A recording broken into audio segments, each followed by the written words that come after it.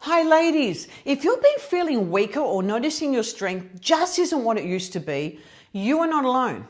But here's the truth, muscle loss with age doesn't have to happen. There's a lot we can do to prevent it, and I see that all the time with my clients. So today I'm going to show you how to reverse that muscle loss and rebuild the strength that your body deserves. I'll walk you through 3 powerful movements that you can start today, no matter your current fitness level. So let's get strong. Not just for now, but for the decades and decades ahead.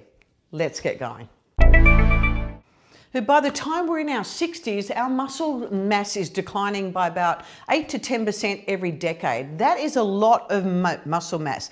It's due to different things that hormones play. We lose testosterone and other hormones, and it's harder for us also to retain protein. So that's where we need to be adding protein to our diet and be thinking about having a palm size of protein at every meal if you're a woman, 2 palm size if you're a man. That's just a good rule if you don't want to weigh things out. But generally about 30 grams of protein at every meal. By the end of the day, roughly 100 grams of protein. Really important to rebuild that body. And when we do strength training, we want to allow the muscles to rebuild. We get micro tears in our muscles, they heal, and we get a nicer quality muscle.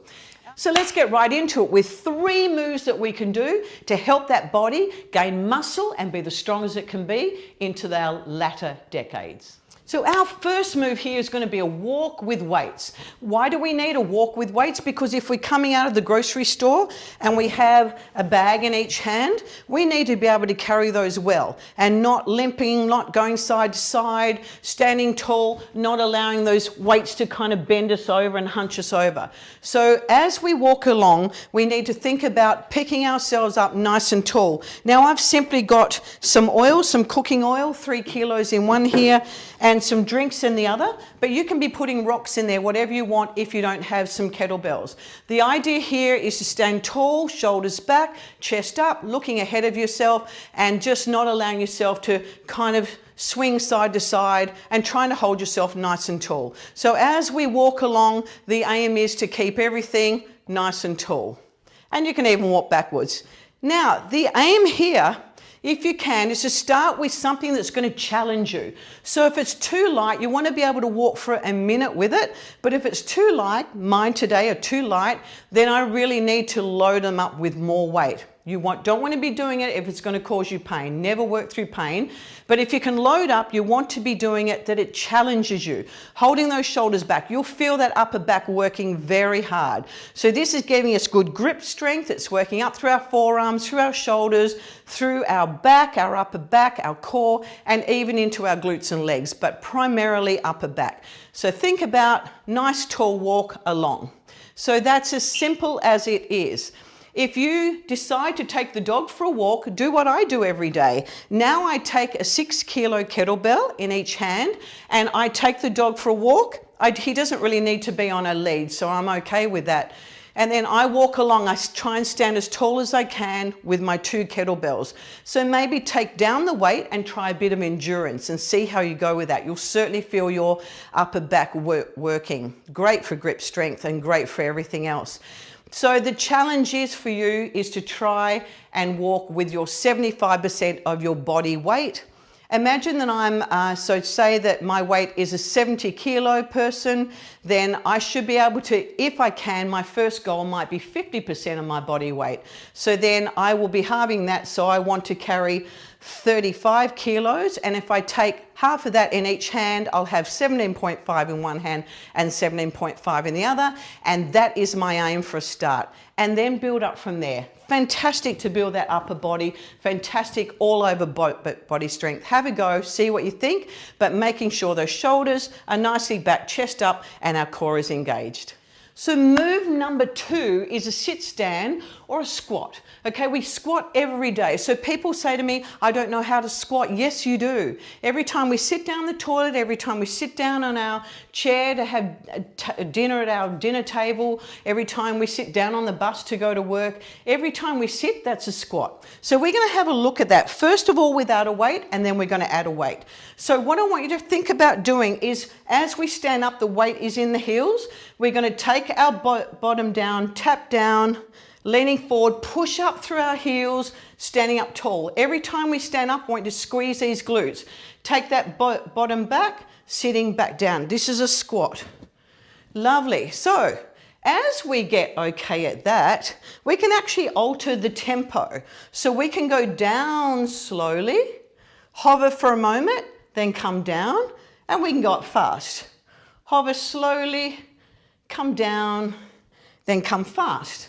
Or we can go down fast and come up, leaning forward, come up slowly, pushing into those heels, squeezing these butt cheeks. Those butt cheeks always want to be squeezed when we stand up with a squat. So coming down fast, coming up slowly. Or we can go down slowly, hover for a moment, sitting down, coming forward, pressing through those heels and the toes in front, and then coming back down again. So we can go fast or slow. So alter that around a bit. And what we can do next is we can take one foot up. So all I'm doing here is I'm taking a toe up or way up in the air. You may want to hold a broomstick or a stick beside you to help to balance yourself a bit with this. I'm just going to take a toe down and then we're going to come down with one leg. So now my leg that's fully on the floor with that foot is doing my work. So have a go with one leg. If you need that stick on the side, grab that stick on the side. We're going to take it to the other side and coming down. Beautiful. Great. Good. And pushing up through that one leg. You can have your toe down to balance you, but I want you to really feel the weight going to the other leg. Now what we can do to make that a little bit harder is we can take a weight. We can come down with our weight and have a practice with that a few times. So strengthening your body is all progression. Nobody gets to the goal straight away, and we're always aiming to go that little bit better. Now what I can do, I can come down with my weight, and as I come up, I'm doing a press. Now, you don't want to be working through pain, so don't work through pain. If that's sore for your shoulders, just stay with what you're doing. But if you don't like that big press overhead, try a smaller one. And coming down. So this is now adding a whole lot of upper back work. So as we're doing our squat, we're working our glutes, hamstrings, our quadriceps, but also calves, core, hips, some back muscles as well. But now we're adding that overhead press. We're actually getting our heart rate up quite a lot. We're working legs and upper body. And as I lift that weight, I'm working right up through my shoulders and my upper back. I'm doing some core work. So there's a lot of work going on. So you can see that you can be changing that around and working at your own pace. And then from there, we can take that down if you wanted to. Hold on to your chair or something secure. We're going to come down into a lower squat. You may find a broomstick in front of you a better help, but we're just trying to come down as low as we can. Some people's knees won't allow that at the start, so you may need to just work with going at a smaller squat, but you may be able to come away from the chair and just think, well, I know how to do a squat. It's like I'm sitting down on a seat. And then if you can do that okay, add your weight. And then if you can do that okay, add a lift. Great, I can feel those muscles working. And my third movement is a plank. Now, a plank on its own, without doing anything else, is not very functional. But being able to perform a plank works a whole lot of muscles that we need to be able to get up off the floor with. It works our core, back, shoulders, arms, legs, a whole pile of things, but primarily core. And if we're up on our hands, certainly hands. Now, some of you that don't like your hands in that position on the floor may find that some little hand holds that you can buy from any sports store, so they keep the hands in a bit better alignment, or you can have your hands on dumbbells. So dumbbells will also help to keep your hands in the right alignment. Today I'll be using these on and off, but I'm going to show you first of all the easier version, how to do a plank from a chair. So we're just going to have our chair here, Now I'm just going to step out from the chair so that my bottom is not up here, but it's lying down a little, and I'm pulling my belly button into my spine. I don't want my hips to hang down, and I don't want my head to hang down. So I'm just going to hold myself here. This is a basic plank. This is what you can be doing at home to get stronger. It is amazing how your arms, your core, and everything will get stronger. But if you feel that in your back, have a rest and then maybe try again. The main thing you want to be doing here to keep yourself safe is maybe have your chair against a wall so it does not flip over, and also trying to stay right over the top of the chair rather than back here where you're trying to push the chair forward. So I'm over the top of the chair. Now, mine has nice curved sides to it, but your chair might have handles that are not too stable. So you want your hands over onto the seat of your chair instead. Now, from here, we can do a few things. So we can actually bring a knee up. So holding that belly button in, you can bring a knee up. We actually can take a foot out while we're in that plank position, holding that core on, and I can feel my arms working and my core working the whole time. So there's a lot of things going on there. Now from here as well, on that chair, we can be doing a push-up as well. So just having a lean forward and bring it back. You don't need to come down too far if you're a beginner at this, just coming down where you can.